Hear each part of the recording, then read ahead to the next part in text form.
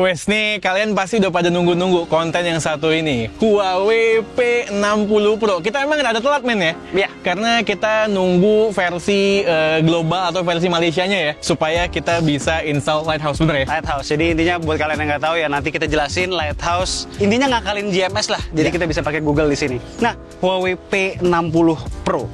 Lagi-lagi seperti prediksi gue.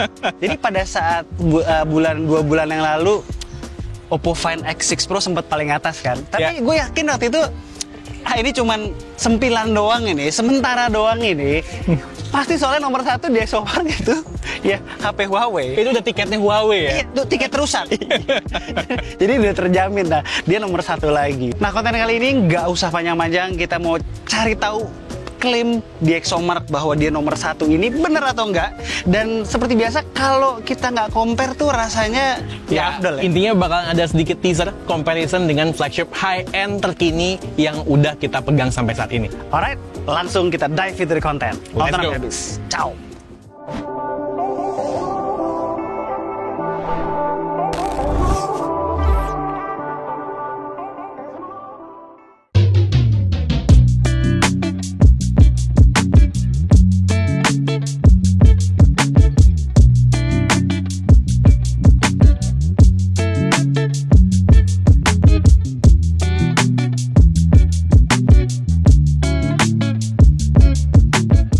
Oke, sekarang yang paling gampang dulu deh.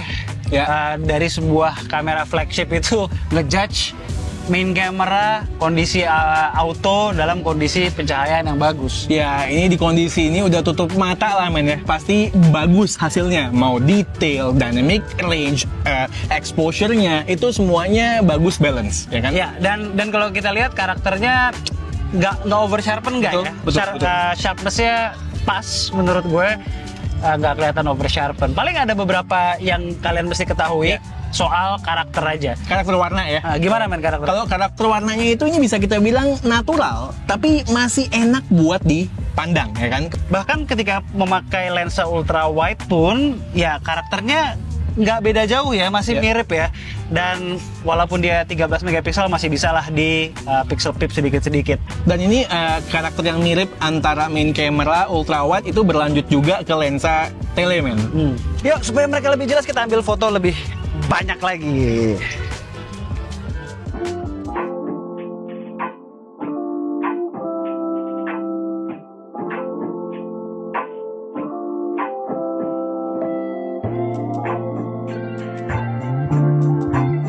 Di tangan gue ada total 6 smartphone flagship Android 2023 yang jualan utamanya kamera, plus iPhone 14 Pro Max-nya satis. Jadi ada 7 nih. Let's compare. Dynamic range bagus semua ya. Yang nggak natural iPhone. Langitnya biru banget tapi jadi ada white fringe. Lalu tanpa pixel peep kita purely ngomongin warna nih, which sebetulnya ada unsur seleranya juga di sini. Selera gue lebih ke Find X6 Pro dan S23 Ultra, dimana menurut gue paling balance antara natural dan eye pleasing. P60 Pro bagus banget juga natural karena dia bisa capture kondisi asli yang memang udah yellowish sore, dimana handphone yang lain coba netralin secara white balance. Cuma kayaknya masih terlalu kuning menurut gue. X90 Pro Plus eye pleasing banget. Xiaomi 13 Ultra terlalu kontras dan terlalu cool color temperature-nya. iPhone juga terlalu cool ya. Magic 5 Pro terlalu nge-wash out. Kalau di pixel peep yang paling detail sebetulnya X90 Pro Plus, cuma berasa sedikit over sharpen. P60 Pro mendingan, nggak berasa terlalu over sharpen. Buat yang sering jepret pakai kamera beneran, bisa jadi pilih Oppo Find X6 Pro karena detailnya itu natural, kayak nggak ada sharpening sama sekali. Yang lain soal detail sih biasa aja ya. 13 Ultra sih bagus, cuma over kontrasnya buat gue deal breaker di foto orang kayak begini. iPhone 14 Pro Max udah mulai kelihatan noise-nya dikit-dikit di muka. Nih kalau ultra wide-nya, kondisi senja nih ya dengan matahari yang udah berwarna orange nyorot ke muka. Gue pick P60 Pro yang bisa mencerminkan kondisi senjanya. X90 Pro Plus dan Xiaomi 13 Ultra yang walau lebih bright dari asli, pasti banyak yang suka ya karena eye pleasing. iPhone dan Honor gue nggak suka karena secara detail udah kurang banget. S23 Ultra mendingan soal detail namun mulai muncul noise. Kalau Find X6 Pro gelap banget dan oversaturated di kondisi begini. Oh ya, jangan lupa ya soal main camera. Jadi di sini memakai teknologi terbaru nih, yaitu adalah variable aperture yang lebih canggih daripada Xiaomi 13 Ultra. Kalau Xiaomi 13 Ultra itu kan cuman ada 2 stop ya, antara f1.9 atau F4. Kalau di sini tuh ada 10 stop yang bisa kita pilih. Itu bisa dipilih dari F14 sampai F4. Jadi kita bisa pilih F18, F2, F2,4 dan seterusnya. Dan secara auto pun dia lebih pintar. Kalau di sini rata-rata kalau kita set aperture-nya di auto tuh bener-bener dia keseringan shoot di F19 terus. Jarang banget dia pakai F4. Kayaknya hampir nggak pernah unless kita bener-bener klik. Nah, kalau di sini itu bener-bener tergantung objek. Jadi kalau kita shoot kayak normal kondisi terang cahaya kayak begini lumayan berlimpah tapi nggak terang-terang banget, dia akan memilih F2. Tapi kalau kita udah masuk ke low light, dia otomatis langsung F14. Gokil banget. Terus kalau kita benar-benar shoot di very bright condition, dia langsung jadi F4. Jadi lebih smart di sini dan lebih advance teknologinya daripada di Xiaomi 13 Ultra.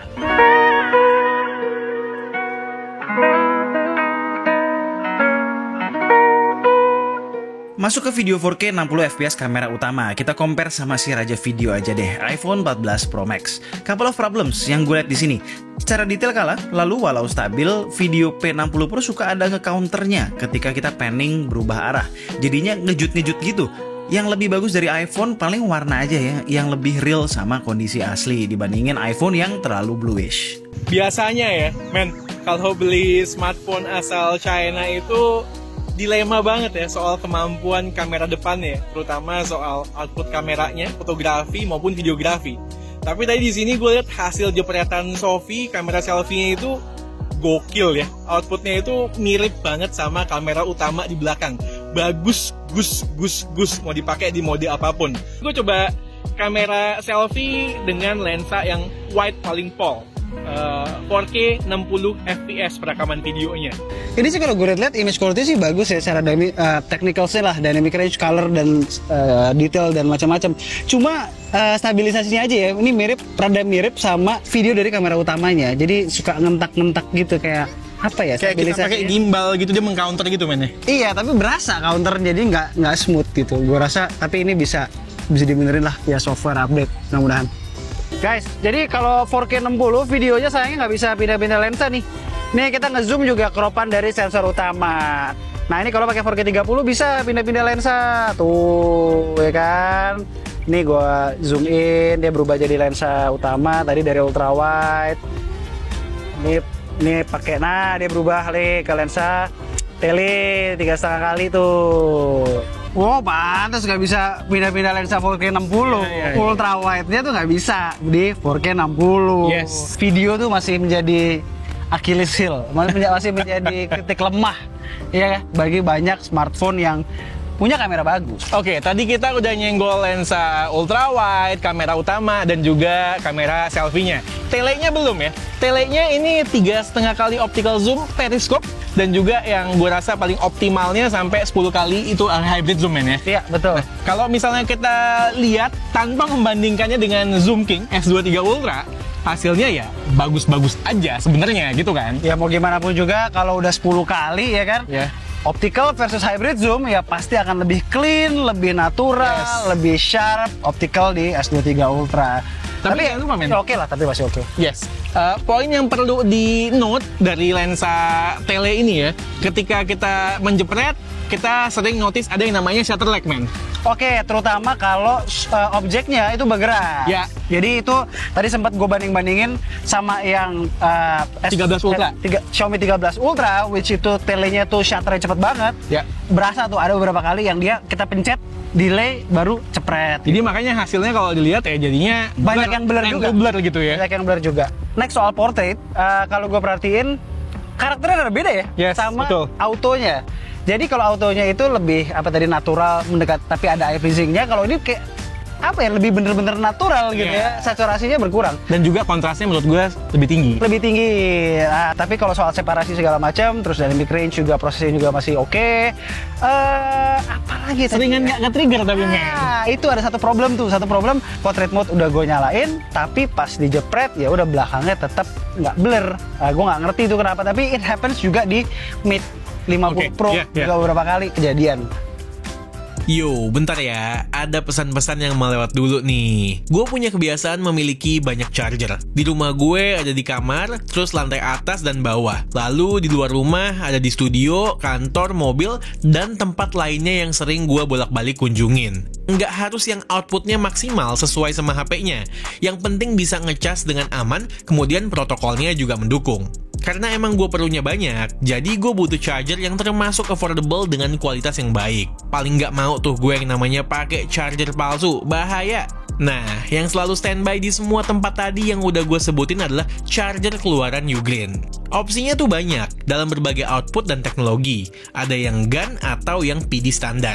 Favorit gue sih yang GAN ya. Nah, ngomongin charger, kebenaran banget nih. Kalau kalian lagi nyari charger yang reliable dan affordable, ini tuh momennya pas banget. Ugreen lagi ada yang namanya mid-year sale di Shopee. Tepatnya dari tanggal 6 Juni sampai dengan 9 Juni 2023. Promonya menarik. Ada potongan harga up to 50%. Dan kalau kalian pakai kode yang tertera di layar, akan ada tambahan kupon lagi. Beberapa produk yang gue saranin, ada Ugreen PD 20W charger, kemudian Ugreen Nexo 20W GAN charger, dan yang terakhir Ugreen Nexo 30W GAN charger. Monggo sikat, jangan sampai kelewatan. Pakai kode yang gue kasih.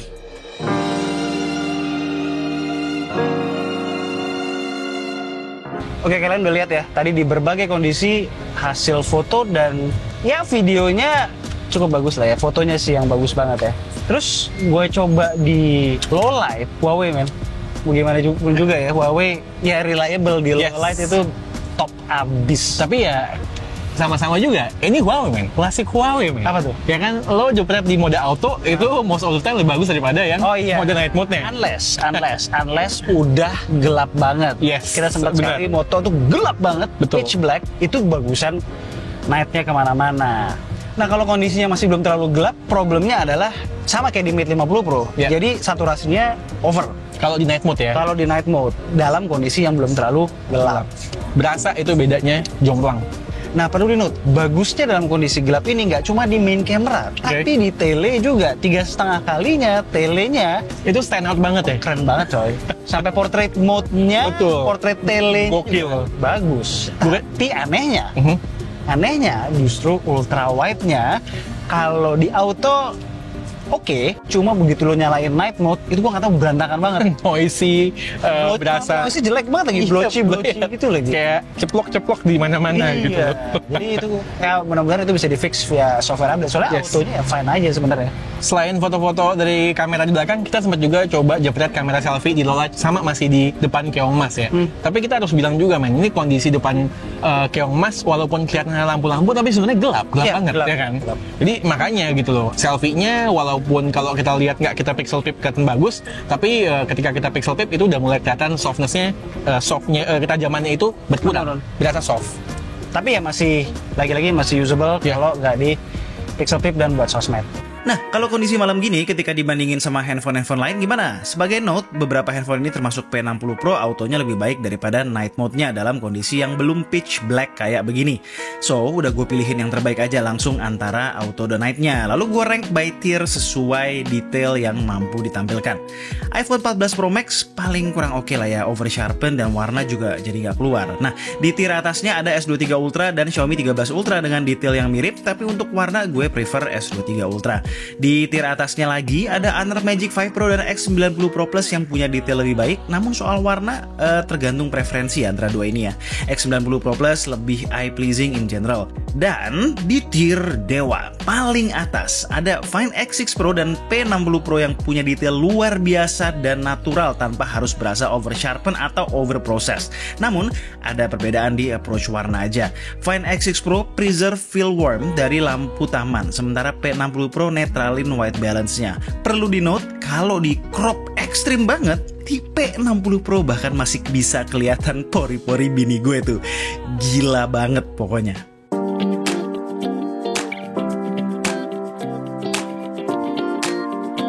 Terus tadi kalau lo bicara foto, kita sempat juga compare videonya itu di 4K 30 fps di kondisi low light versus iPhone.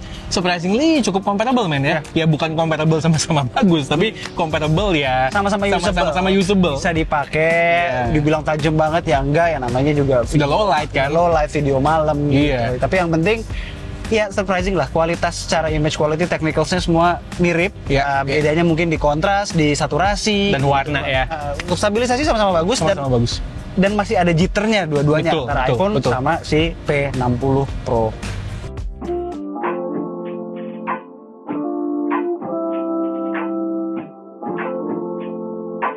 Oh ya men, lupa gue sebelum closing gue mau jelasin juga bahwa kenapa tadi kan kita udah bilangnya di awal ya, kenapa kita telat pakai P60 Pro ini kita Yes. belinya. Yang China kan udah memang udah rilis udah lama, tapi kita nggak mau beli yang itu karena di situ nggak bisa pakai Lighthouse.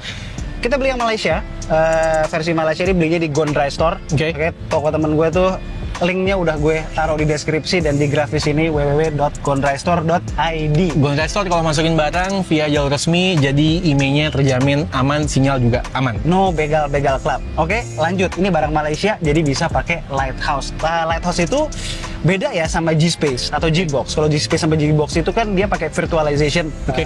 Jatuhnya ada dia ngejalanin aplikasi Google di dalam aplikasinya dia, gitu kan. Kalau ini enggak, dia jalannya bener-bener di OS-nya. Onboard, ya. Onboard, apa namanya, bener-bener sudah di secara native lah, bisa dibilang. Jadi kalau kalian tahu Micro G, mungkin yang ahli-ahli Yeah. Huawei udah pada tahu lah Micro G itu apa. Ini mirip lah konsepnya kayak Micro G itu, oke? Nah, aplikasinya download dari mana? Google Maps, Gmail dan lain-lain. Downloadnya dari lo pakai Vital Search. Lo pakai Vital Search, lo cari itu, lo cari Gmail misalnya dan download aplikasinya. Jadi install APK seperti biasa. Tapi ya beda sama kalau lo nggak ada Lighthouse, itu lo bisa install doang, tapi lo nggak bisa masuk. Oke. Nah ini bisa masuk, bisa lo pakai segala macam aplikasi Google tuh bisa. Tapi ini belum sempurna juga ya. Selama 2 hari tuh gue coba ngulik gimana caranya Google Play Games itu jalan. Atau permainan gue, game gue, yaitu LOL Wild Rift. Ya. Itu karena itu nggak bisa downloadnya nggak bisa di Play Store. Kalau gue install APK-nya gitu, tetap nggak bisa dipakai di sini gitu. Jadi memang lah tetap ada beberapa yang memang belum bisa bekerja masuk Google Play Games tadi. Ya, jadi pada dasarnya intinya sekarang kalau mau beli Huawei handphone, smartphone, yang paling benar adalah beli yang dari globalnya paling dekat kita, Malaysia ya. Iya. Dan Iya, itu iya. pun jadi bisa install Lighthouse, pakainya enak. Satu lagi, mungkin ada beberapa yang udah pakai Huawei global version, tapi misalnya di search di app gallery itu nggak nemu Lighthouse. Jangan lupa untuk ganti regionnya ke Malaysia. Region app gallery-nya. Region app gallery-nya ganti ke Malaysia.